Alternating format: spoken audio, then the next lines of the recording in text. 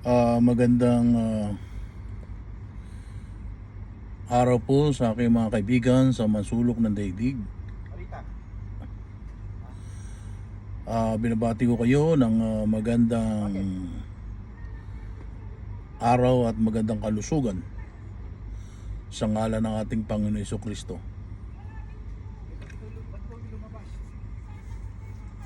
Nais kong mag-share ng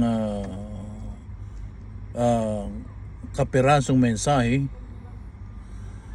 patungkol sa kabilang buhay. Merong binanggit ang sinabi sa Romans chapter 1 verse 16. Ang sabi ganito: For I am not ashamed of the gospel of Christ, for it is the power of God unto salvation to everyone who believe it. Doon po sa sinabi na yung Romans, tunay ang gospel ng ating Panginoon is the power unto salvation. Kaya mga kaibigan, kung naniwala ka sa Diyos, dapat mong malaman, only can bring you to heaven is the gospel of the Lord Jesus Christ. Truly believe it in Him. Yun po ang sinasabi. Ano po ba ang gospel ng Panginoon? Ito'y good news. Ito ang good news na kung saan merong isang bumaba galing sa langit at isinakripisyo ang buhay doon sa krus ng Kalbaryo upang bayaran ang kasalanan ng sanlibutan. Ito po ang Panginoon Jesucristo. Kaibigan, yung ginawa ng Panginoon Jesucristo, kapag hindi mo pinaniwalaan, hindi mo binigyan ng pagkakataon sa buhay mo, tinitiyak ko sa iyo kapahamakan. Kapahamakan ang iyong pupuntahan. Malinaw sinasabi ng Bible, it is the power of God unto salvation. Naniniwala ka sa Diyos, ngunit si Kristo hindi mo pinaniwalaan, useless ang iyong paniniwala. Bakit? Dahil mismo ang Diyos ang nagsabi, This is my beloved Son, whom I am pleased.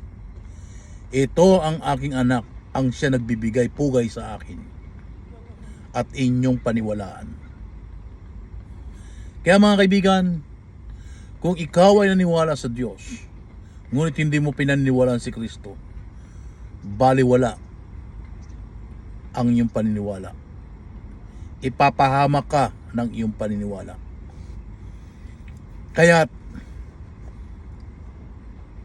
habang buhay ka, habang malakas, pag-isipan mo, bakit mo hindi ilagak iyong sarili kay Jesucristo?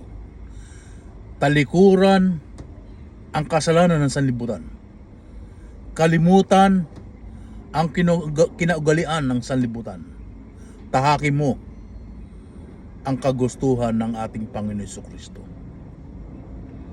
Hindi po ako nahihiya na gaya ng sabi ng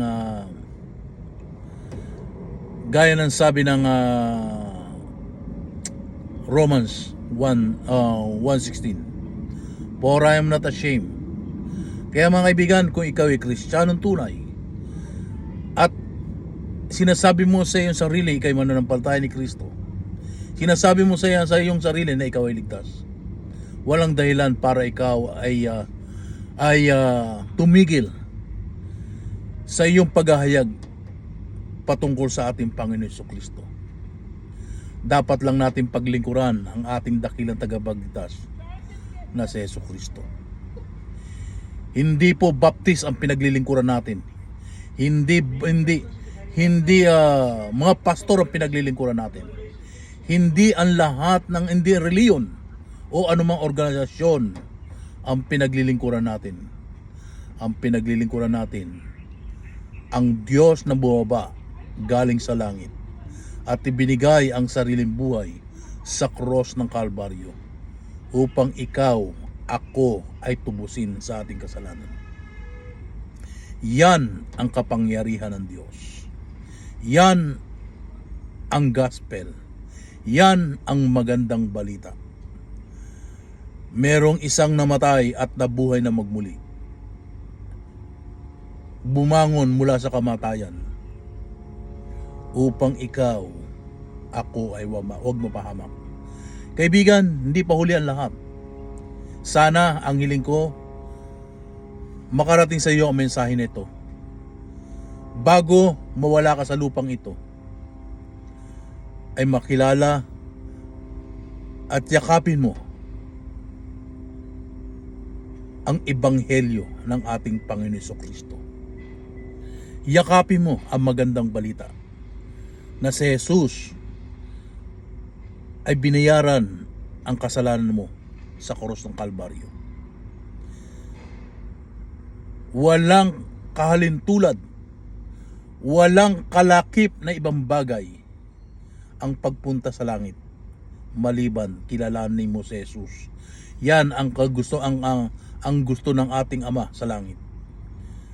Ang anong sabi ng Ama na sa langit? God says,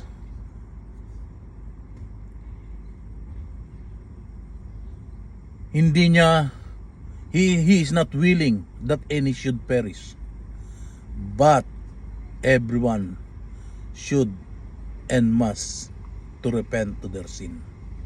Ayaw ng Diyos na pumunta ka ng impyerno. Ngunit kung titigasin mo,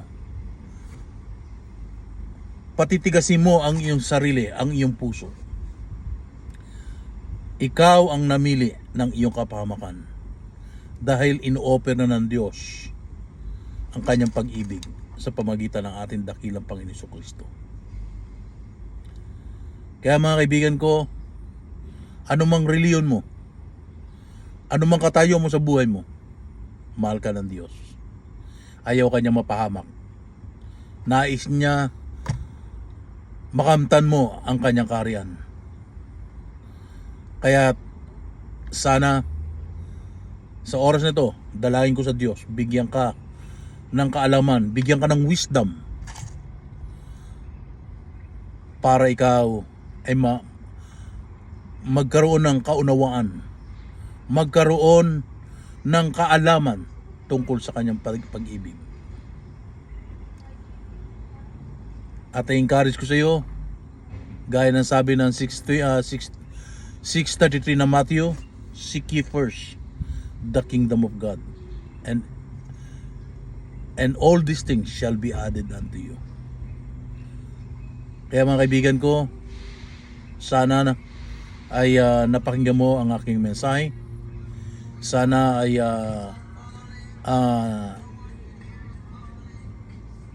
bigyan ka pa ng Diyos ng pagkakataon paglingkuran ang ating dakilang at ating tagapagligtas, ang ating Panginoon Jesucristo. Kaya salamat, sana nakarating sa inyo ang mensaheng ito. Amen.